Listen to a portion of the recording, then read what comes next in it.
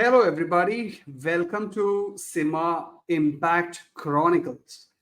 So, you may ask what is SIMA Impact Chronicles? It's basically a new series of impactful stories we are bringing on about the partner companies of SIMA funds, right? So, we have several funds at SIMA.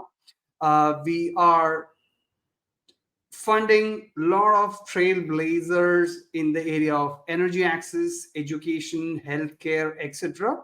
So we are excited to bring them here and ask them questions about their journey, how our funds have helped them, and their future plans, etc., etc. So today we have an exciting guest. So let me do a quick introduction of Mr. Tawanda Mushawedu. He's the founder and CEO of Regain37. So we will hear all about Regain37 today. So a quick intro of Tawanda. He's the founder and CEO of Regain37. He's a self-made entrepreneur, risk taker with experience in renewable energy, ICT, telecommunications, and fintech. He has over 14 years of experience with almost 5 years of senior level management in large companies like Microsoft, Genius Computer Technology, Net One Cellular Zimbabwe, Econet Wireless Global, aka Solave FZE. He has various skills he has built over time with an education background in Zimbabwe, US, UK, and Dubai. He's a qualified project manager trained in Dubai. He's a certified marketer. He has various Microsoft competencies in his kitty. So without further ado, let me bring him on. Hey, Thank Tawanda, you. welcome. Thank you, Vivek. How are you doing? I'm doing good. How are you doing today? I'm all right. Thank you so much. All right, all right. So, as you know, Tawana, we are just kickstarting a new initiative which is called SIMA Impact Stories, which Sure. will be available as a textual format on our website. This is the video version of it, which we are calling SIMA Impact Chronicles. So, we are trying to bring in people like you to hear your story about the ventures you are doing, Yeah. how we are partnering with people like you and your ventures and your future aspirations and goals, etc. So I Sure. have prepared a set of questions for you. If you are ready, we can start off. Yeah, sure. I'm ready. Thank you. All Thank you right, for all right, having me. all right, fantastic. So my first question, let's start from the beginning. Can you provide us an overview of Regain 37's journey, starting from its inception to its current position as a player in the education space in Zimbabwe? Yeah, so we started Regain 37 in 2018. We thought at start we're going to start as a research and development based organization. But upon realizing that Zimbabwe doesn't reward R&D so much, we had to get into projects that are commercial in design. Though we're a social enterprise where we put impact first before profits. So when we started our journey, really, we were focusing on the 9 key pillars of the smart, sustainable cities themes. So we narrowed those 2 themes to just smart health and smart education. So on the smart education, we thought at the beginning in 2018 that we need to provide a continuous, always on, anytime, plug and play, access to content, education content. So a few months into our intervention, we were using a satellite internet to provide education content with some of our partners. But then we realized that we can't build these schools anymore because there's no power. So we had to come back again to the drawing board and put renewable energy as the backbone solution for all our education-based content in the off-grid and the rural schools that we serve at the moment. So that's how the whole journey started. So we call ourselves an energy plus content interventions company. That's really what we're doing. So at the backbone of it, there's renewable energy, and then we have content. Thank you. Fantastic. Fantastic. Actually, for people who will be watching this video, I highly recommend you checking out regain37.co.zw. Some fantastic work these his Tawanda and his team does in Zimbabwe. Small team doing great Yeah. stuff. So thank you so much. Though, so happy to see the origin story. So, what inspired you to establish Regain 37, and Yeah. how has the organization evolved and grown since its inception? Yeah. So I was privileged to stay out of Zimbabwe, particularly in the Middle East, in Dubai, United Arab Emirates, for over 10 years. It is during that time that I realized that, the education, the quality of education matters. And so does the salary scales in some of these companies. You realize that in most cases you are paid well if you're coming from a highly, education, a country that is high, good quality of education. So it Right. dawned on me that compared with my peers from Australia, from the US, from Europe, you find that we're still lagging behind in Africa, Zimbabwe particularly. So it was this desire to improve the employability of the rural student, the poor urban student, that drove us to where we are at the moment. So presently, we're just about 71 schools now that we have hit since we started. Of course, COVID-19 came in, disturbed us a little, but we stayed strong thanks to companies like SIMA as well that really helped us in that as well. Fantastic, fantastic. What a different thought process. I think world needs more Regain 37s and more Tawandas for sure. Thank you. Right? Thank Education you. education is such a key area where we all need to come together. Right. It So, is. I can hear a sense of Yeah. pride in your words. So, if you can highlight some of the key milestones and achievements that Regain 37 has accomplished along its journey in the education sector. Yeah. Yeah.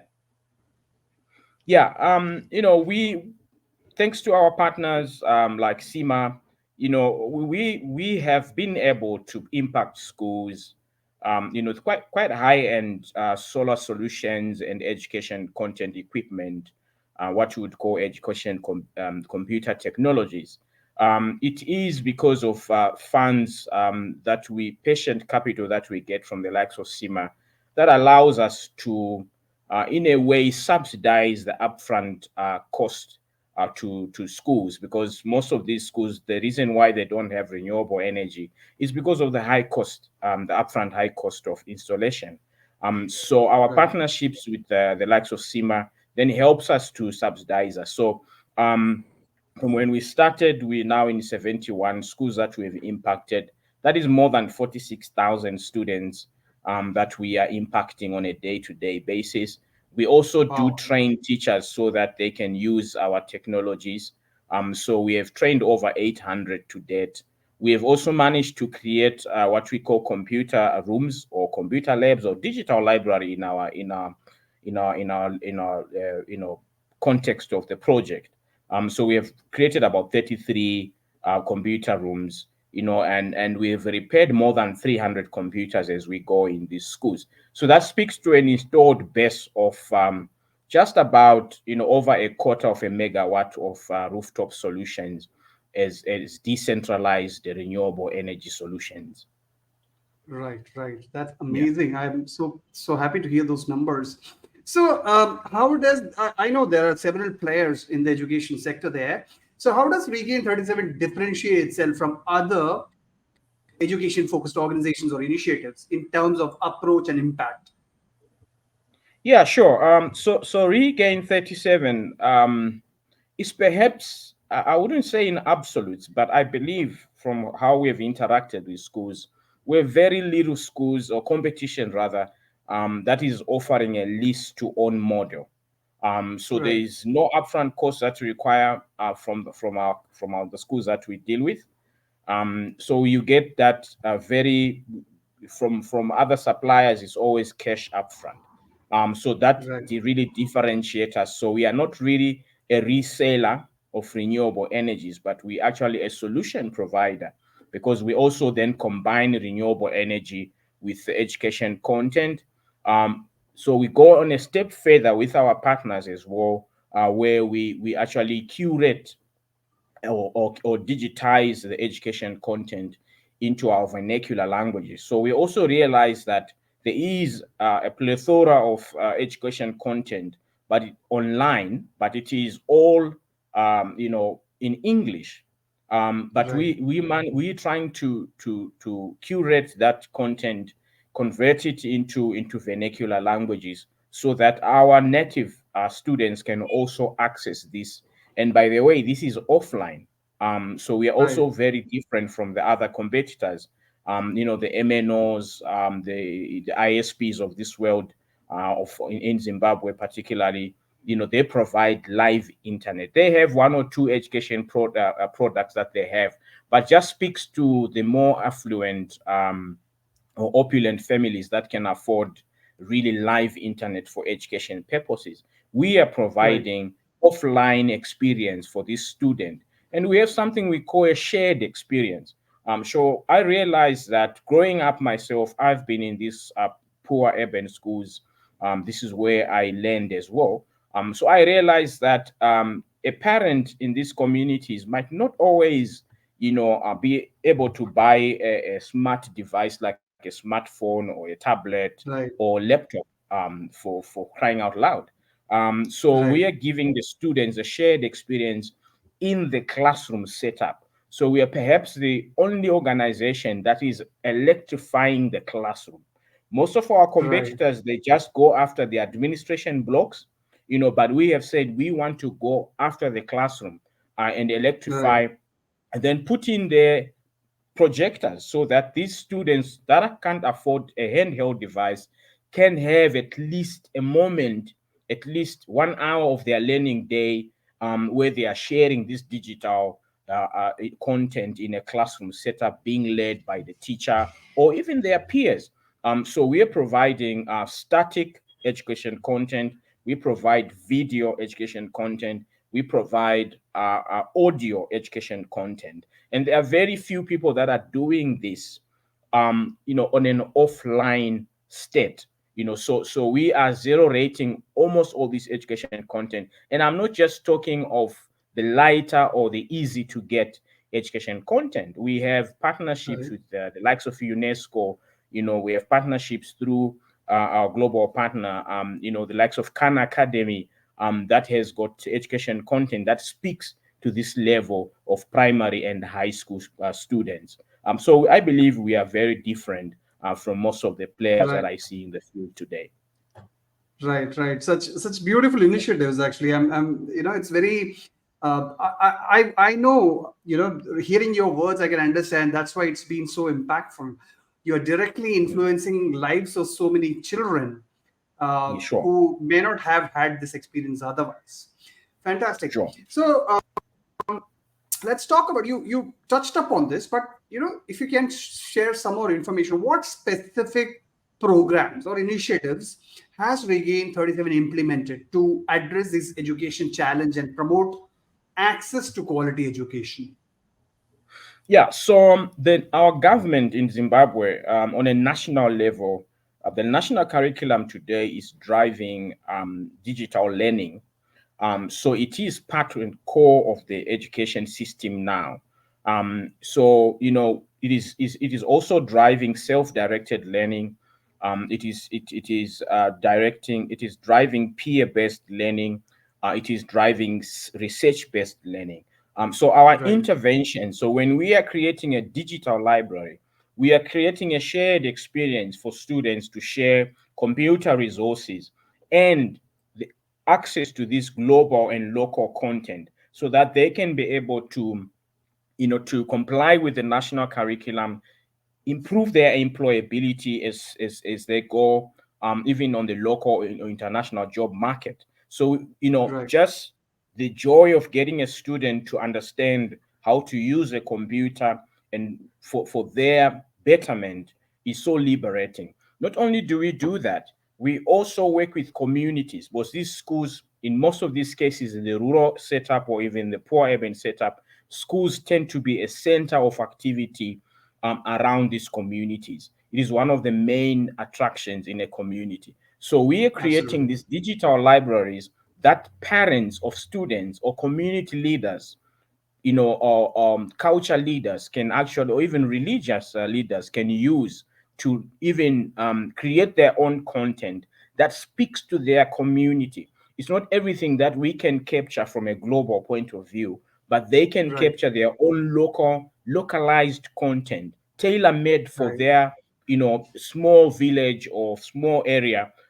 So we opening this up, and we have seen that women, they want to know information on health, they want to know information on business, they want to know information on agriculture. So we have made sure that as we are building this content, we also include something that speaks to the better good or the greater good of the community. So our in Right.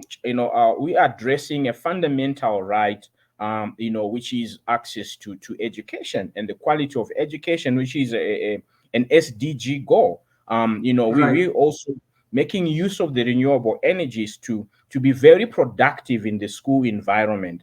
I know most people speak about productive use of energy being primarily to SMEs, but there's no better way to prepare an SME, a future SME, whilst he's still a student. Hence, Right. we believe that we are also doing a productive use of energy in the education sector as well. There are also knock-on effects from our renewable energy solutions, the rooftop solutions that we put in there. So it's not just the education content. You realize that with the capacity of the renewable energy, schools can also do other income generating activities because of the internet that is there. I mean, because of the renewable energy that is at the school. So, for example, Right. I've seen schools where we have put solar. They end up doing this chicken rearing project, and then they slaughter these chickens and then put in the freezer that is being run on the solar system. I've seen schools Oh. that have internet cafes. Because of the solar that we put there, they put live internet, and then the residents around the school can actually pay to access internet. So these are some Right. of the other benefits that our interventions are managing to bring in a big difference in the schools. And in a way, indirectly or directly, we are also impacting the very basic core KPIs of the education system in our country. So you talk of the pass rates, you talk of school dropout rates. So we are positively impacting this, and we are tracking, still very early days for us to speak in absolutes. But at the moment, we are tracking that, and we're realizing that when a school has an electrified classroom, there is that chance to positively impact the pass rate. There is that Right. desire from the school child to never miss a lesson, because they say their school or their class is now interactive, so it is entertaining for them. In some Right. of these villages, they call that they say that we now have a TV in our classroom, and it is super exciting for these young children. Right. To see a TV, which is a projector for us. So it's super exciting. It is improving the schools, retaining their students. It is improving the quality of students that come to some of these schools that we then enroll on our program. Right, right. It's amazing actually to hear this. Actually, just to give you a backstory, me and my team, we were discussing the name for this series of videos we're preparing, and one of the terms we were fighting over was ripple effects. We thought of calling it SIMA ripple effects. Oh yes. So when you hear yeah, so when you are talking Mm. about this particular answer, I can see the Yeah. ripple effects of your work affecting so many areas. It's not only students, it's the Yes. school itself, it's teachers, it's multiple areas the ripple effect is reaching. So it's fantastic to hear that. Precisely. Yeah. Sure. All Thank you right. so much. Yeah. Yeah. Right. So let me talk about some collaboration of Regain 37, because I had to ask this question. How was Yeah. Regain 37 collaborated with educational institution, which obviously it's an obvious thing. How about government bodies and other organizations to maximize the impact and reach a broader audience? Yeah, so we partnering with different organizations. The government obviously being a key player in public education. So Right. we have some understanding with them. We also we have understanding with the privately owned schools. So you find that in Zimbabwe context, quite a number of schools are also owned by religious or faith groups. So we do have Right. some working agreements or partnerships or some sort of relationship with most of these organizations. We Right. also working with the content creators. So because of limited capacity, we have to rely on external resources and Okay. capabilities of or players that are already there. Um, Right. we have even taken a step further, to partner with publishers.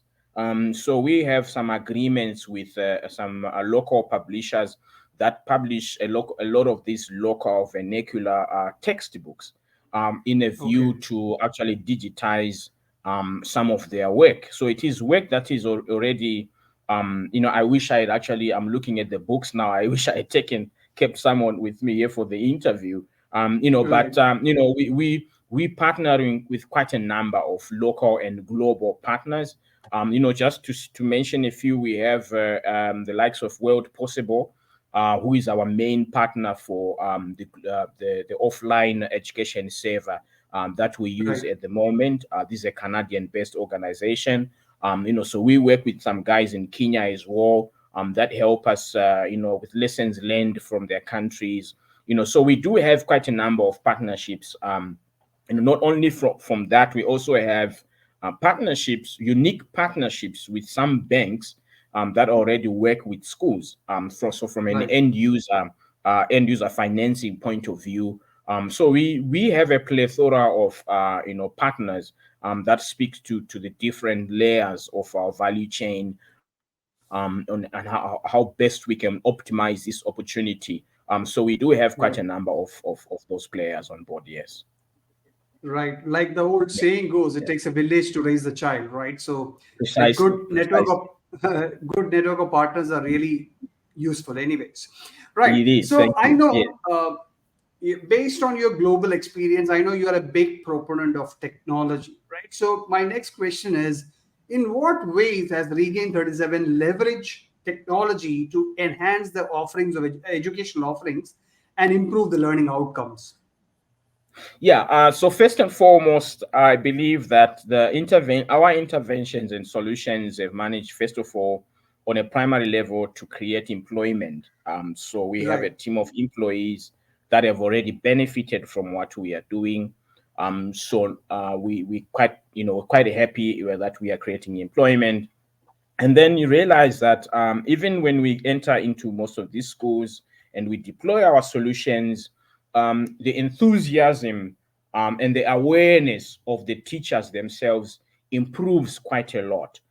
So our technologies are actually helping the teachers to advance in the 21st century way of teaching, because we Right. do take quite a lot of time to equip them on how to use the technologies that we put in there. So one of the features we have on our local area network-based server is that you can, as a teacher, you can upload your own content. So we are Wow. seeing these capabilities playing out. So instead of just being, the teacher using the very mundane way of writing reports, or preparing a lesson and having to write it on a piece of paper, we are seeing some of the teachers actually using the technology, to type in their lesson and put it on the server, to record a video, because it can actually do that, record a video. So on a day that they are not available for to teach on that particular day for whatever reason, students can still access that. So the memory of the education schools or the education institutions that we're working on is actually very safe on the servers that we are creating. So that is a very huge step towards being inclusive when it comes to to what we want to call net neutrality, if you want to put it like that. So Right. we are providing that platform for teachers and the students to actually be the creators of or be the enablers of their future education endeavors in a way, as a way of reference. So it will be very Right. easy for me to reference, to say, I created this. You can have a look at what I did at my school. So like I said previously, we also have some of the after lesson clubs that we are pushing in the schools. We call these ones the STEM clubs. So for us, this is a way to monitor and evaluate if our solutions are actually being used. So we Right. have seen quite a number of improvements. So what we do is, before we start any engagement with it directly with the students, through the teachers, of course, we record the student's score, for example, in mathematics, in science, in English, to see how they are doing. And then when we bring in this global or local digital content, we want to track the impact of that. So we give the students the ability to learn through these technologies, either through a projector or through a computer digital library, so they can enhance their chances to get more knowledge and information beyond the classroom. I personally believe that every other person is, we all use our five senses in learning, and it Right. is one of our goals to stimulate the five senses of learning. And sometimes the student might miss the sense of hearing through direct hearing from the teacher in the classroom. But then we give Right. that same student who doesn't have the resources the ability to then say, you can now go online. If you miss it with the teacher, you might get it online. You might get it on static, on a book. You might get it as an audio if you miss it. So I'm sure stimulating all those senses really then helps the students to gain traction in their education. So we're seeing an improvement, a great improvement on the pass rates, the school dropout rates, the school class attendance rates in the classrooms themselves, because of this digital environment. Not Right. so huge, but they appreciate the level that they are at the moment. So it really Right. helps improve the quality of that particular lesson, the quality of the classroom, the ambience of the classroom. So Right. we see our interventions really taking a student a step further and compete with a child that is in France, or a child that is in Mumbai, or in any of these opulent cities that we have. Right, right, right. Beautiful. I think when it comes to impact, you're being modest. My team is currently working on the impact story of Regain 37, and I can see some fantastic numbers Yeah. already. So it's just a Oh, thank start you. of your journey. So you should be really, really proud about that, actually. Sure. All Thank right. you. Thank you. Right. So now, since we are speaking because you are one of our partners with Energy Access Relief Fund. So my next set of questions will be about the impact we could create in Regain 37's journey. So Yeah. few questions on that. So my first question is, how has the Energy Access Relief Fund supported Regain 37 in achieving its goals and Yeah. expanding its impact? Yeah, so kudos to Energy Access Relief Fund. It really came on time, right on time. We schools generally, I think it's the same, predicament world over. At the peak of COVID-19, schools suffered a hard lockdown. And in Africa, it was really long schools lockdowns. So Right. it meant that we were commercially redundant, Right. so to say. So the relief fund really helped us to pick ourselves up. Um, Not only was just the closures, but it's also the logistics. There were a lot of delays when it came to accessing equipment from outside for our procurement. So the Right. Energy Relief Fund then helped us to have another fund where we could buy stuff locally, a little bit pricey, but I mean, it served the purpose. Kept us in the game. More Right. importantly, it helped us to keep our employment. it is very critical, and we applaud the Energy Relief Fund for that. And Right. also, you realize that at the peak of COVID, it was slightly more expensive to deploy what we call the field team Right. in our work schedule. So the technology guys, the technicians, the engineers, to really take them off and say, go in the rural areas, go in these communities, and expose yourself to COVID. It meant that they were asking for a little bit more in terms of their Right. pay rates. So the fund really helped us also to match that, because it's important work we couldn't stop. So the fund then Right. helped us to balance it off like that. The Right. fund also did a great deal of help for us. As I keep mentioning that, it is a subsidy for the schools directly. Right. So we forego the need to collect upfront payment, a hefty upfront payment from schools. So it really helps to nurture our model so that we can Right. be able to collect revenue from these schools in a very sustainable way. Remember, I'm talking about poor schools here. So the fund Right. really, really helps us to achieve that. And I think it's very critical. It's worth mentioning and applauding as well, for the SIMA team and the EARIF team there. So I'm very grateful for that opportunity, because it then helped us to get into quite a number of schools, just above 20 schools that we managed to actually get on with this fund. Right. And I'm talking of because our bouquet of products, they are quite capital extensive, as you can imagine. Right. You're putting a Right. 5,000 watt solar system. You're putting projectors in the classrooms. You have to electrify the classrooms as well. So that speaks Right. to quite a lot of working capital that is required. So this Right. really helped us to increase our reach, and increase our impact, the number of students that we could actually onboard through this Right. program. Right, right. So yeah, that is a very common underlying theme which I am hearing from a lot of founders like yourself, that it Yeah, has been a boon at the time of COVID-19 because a lot of people sure. have used words like, excuse me, we Yeah, were supposed to we were about to close down. Uh, Energy yeah, Access Relief Fund came as a blessing, etc., etc. So that's a common sure. underlying theme. Fantastic. So Yes. you mentioned about the financial aspect of it, but can you describe some specific projects or initiatives that were made possible through the support of Energy Access Relief Fund? Yeah. So specifically, like I mentioned, the fund really helped us to focus on areas that are not quick returns for us.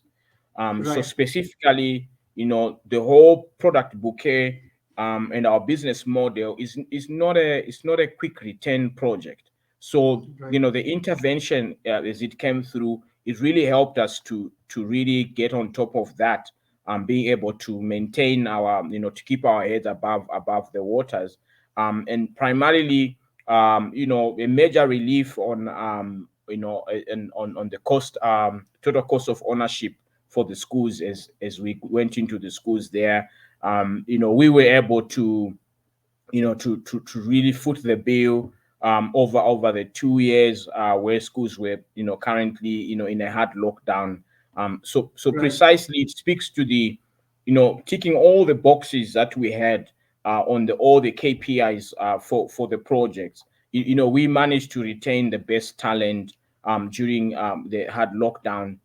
It was very expensive to maintain them within the teams. So all of that right. really helped us to achieve that. I hope I'm answering you on that question. Absolutely, absolutely. You are. I know it's kind of a repetitive theme, but I'm pretty Yeah. sure that you will bring out something extra with each of these questions. So that's why I had them there.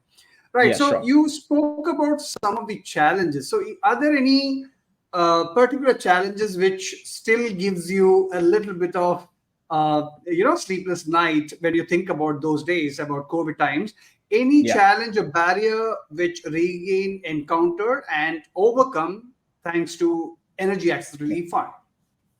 Yeah, I mean, as the world is aware of this, the ongoings in Ukraine and Russia at some point Right. in 2022 kind of impacted negatively the price of energy, that is a fuel price. So it Right. also meant that our price of fuel actually at some point went up, skyrocketed to unsustainable levels. So it meant that Right. our last mile delivery was very expensive. So the Right. coming in on this fund also helped us really, to sustain all of that and withstand that hit. Otherwise, would be knocked down because of Right. the high prices. The high cost of some of the manufacturing stuff for the equipment that we buy also meant the prices were also going up. The cost of logistics also meant that it is going up. Not only was it Right. longer, but it was costly. So this intervention also helped us with that. So it really helped us to stay in the game. Um, you know, we believe that generally the penetration of renewable energy in the schools, it is still very low. So if you ask me of what are the headaches that we still have, we still at that stage where we believe we are not buying correctly. It means Right. we are lacking the economies of scale. As I put it Right. before, this is a capital hungry project that requires quite a Right. lot of money. So we Right. we believe we are failing to tick off the boxes when it comes to setting manufacturers' requirements, minimum order quantities. So we are failing to get that. So we end up buying from some of the local resellers and even retailers for that matter. So we wish to, if we can get more funding, to actually then have direct relationship with multiple manufacturers, so that we can be able to get at the lowest cost of possible out there from different manufacturers globally. Right. Right. Mhm. Right. All right. So let's talk about the scale. Right. So how has the Energy Access Relief Fund contributed to the scalability and Mhm. sustainability of Regain's educational programs and initiatives? Yeah, sure. So like I mention of the fund directly, it helped us to reach quite a number of in terms of scalability. We were able to impact more than 20 schools with the fund. This meant that we are impacting more than 20,000 students with that, which is net new schools that we couldn't Right. have had without the fund. So this is so Right. exciting for us, really, Right. to have this opportunity to further scale up on what we are doing. It also helped us to improve our visibility as an organization, because the more our coverage map grows, the more some of the less costly customer acquisition happens to us as well through Right. referrals. So that is being able to, we've been managing to do that because of the Energy Relief Fund on our end. Right. We have been able to train more teachers. So this is also a very costly exercise for us.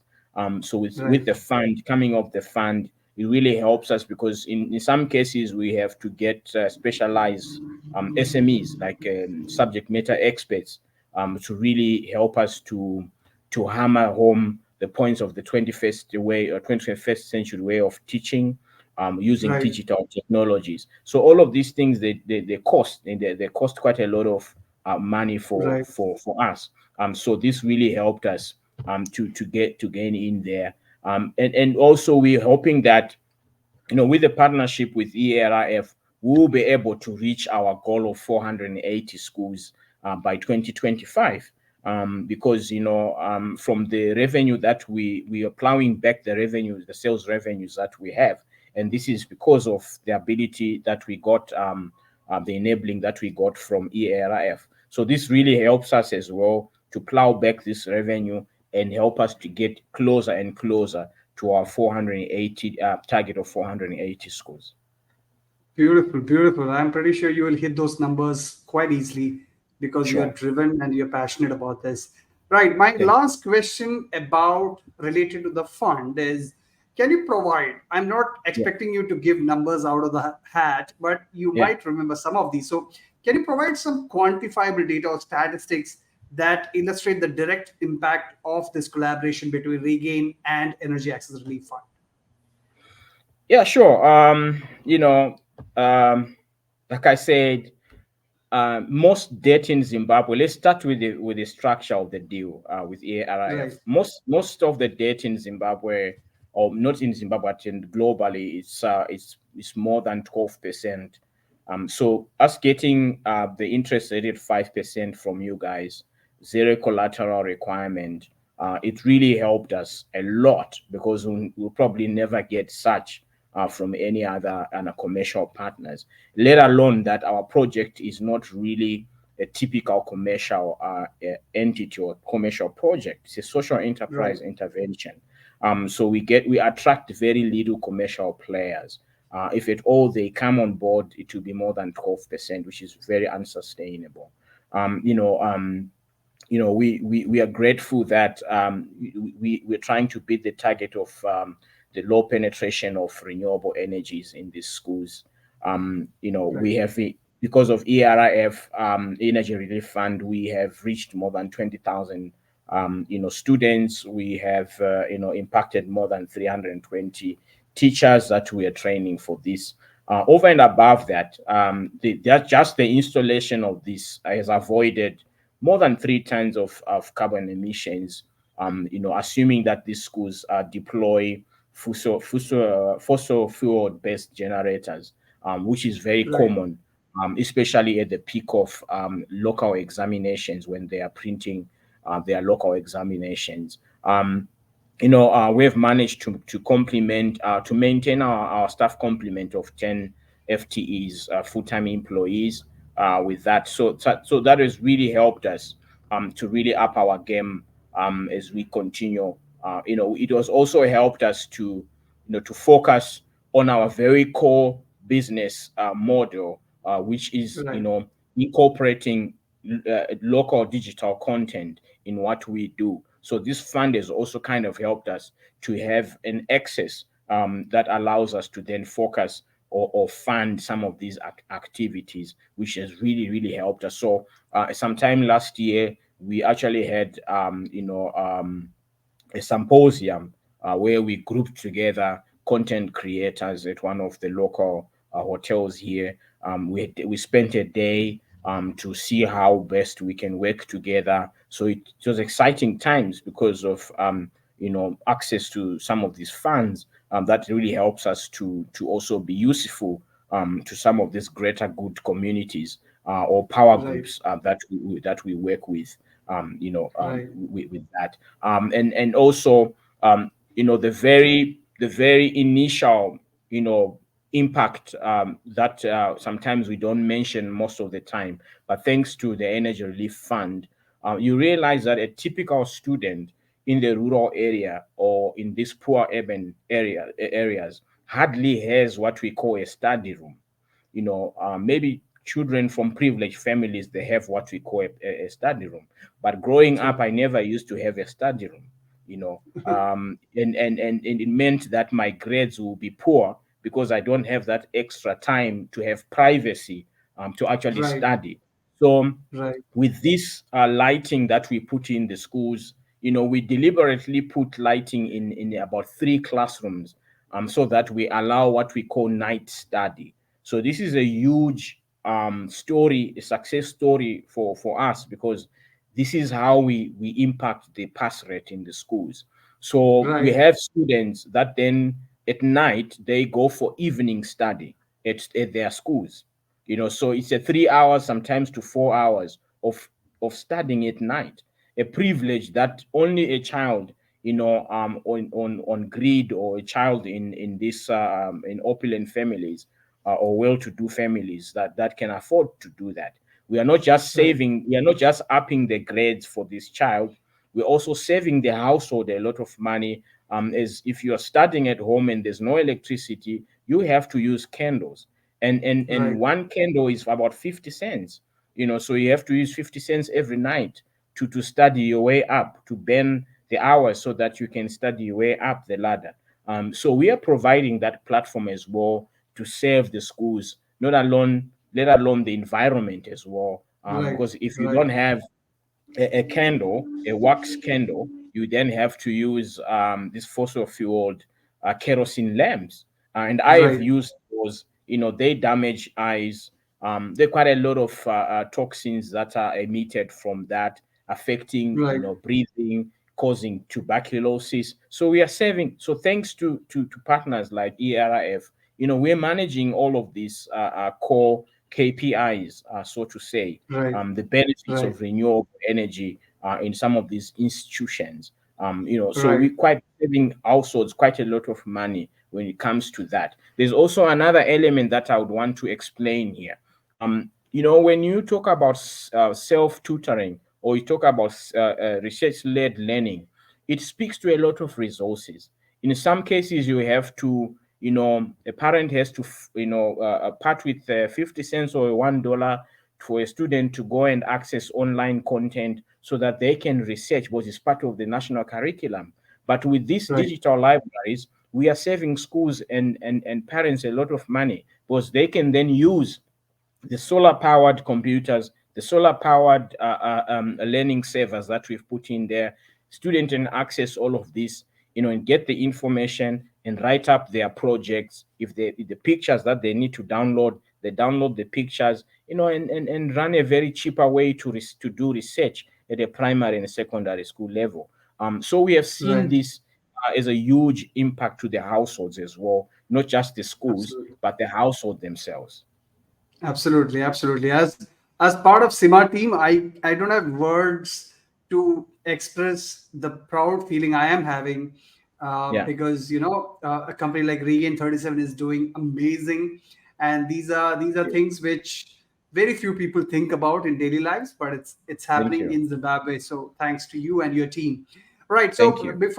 you have given a lot of time to me. So before I let you go, I have one final question for you, because I Yeah. keep seeing new initiatives from your side by following your LinkedIn, etc. So tell us Yeah. about some of the new initiatives and some snippets of your future direction for Regain 37. Oh yeah.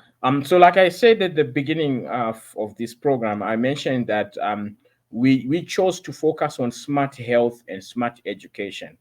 So we Right. also have something that we work on already. It's commercially launched. It's called Zimbo Zabantu mobile clinics. So these are mobile clinics that are powered by solar energy. So you're Right. looking at 3,000 to 5,000 watts of solar energy on top of an old van that we have locally built on our own. So what we have done is we have bought this, old but in good working condition vans that we knock off all the seats, and put in the very standard look and feel of a clinic. We Right. deploy the nurses and doctors in there to go and serve the underserved communities. Because we still have communities in Zimbabwe that still have to walk 5 kilometers, sometimes 7 kilometers, to get to a Right. primary health care facility. And in most Right. cases, this really affects the women and children mostly, because the burden of health is still on women in Zimbabwean context. So we are saving them a lot of money that you require to just go and access, this, primary health care. We also equip these primary healthcare facilities with the very basic and important equipment that are required to run a primary healthcare facility. So these are some of the interesting things that we are working on. So we are busy in incorporating, medical Internet of Things technologies, telemedicine platforms, so that we reduce the cost of deploying a doctor to these hard to reach communities that we operate in. We're also Right. trying to reduce the doctor to patient ratio by using these technologies. And at the backbone of it is the key enabler is renewable energy. Without Right. renewable energy, we will not be able to reach some of these communities. So that's one of the one of the exciting projects that we are we get our hands dirty with. It's so Right. exciting. very impactful as well. Absolutely, Tawanda. I'm pretty sure you and your team are changing lives in Zimbabwe. Thank you so much for taking your time today, and I look forward to publishing this everywhere Sure. and let people hear your story and Regain 37 story very soon. Thank you so Okay. much. Thank you, Vivek. That was Tawanda Mushawedu. He's the CEO and founder of Regain37, one of our partner companies in Energy Access Relief Fund. So this is SIMA Impact Chronicles. We will bring more and more amazing stories like Tawanda and Regain37, and we will keep bringing them to you very soon. So keep checking out our website, simafunds.com, simafunds.com, and our LinkedIn as well, and our YouTube channel. So thank you so much, and I'll see you soon.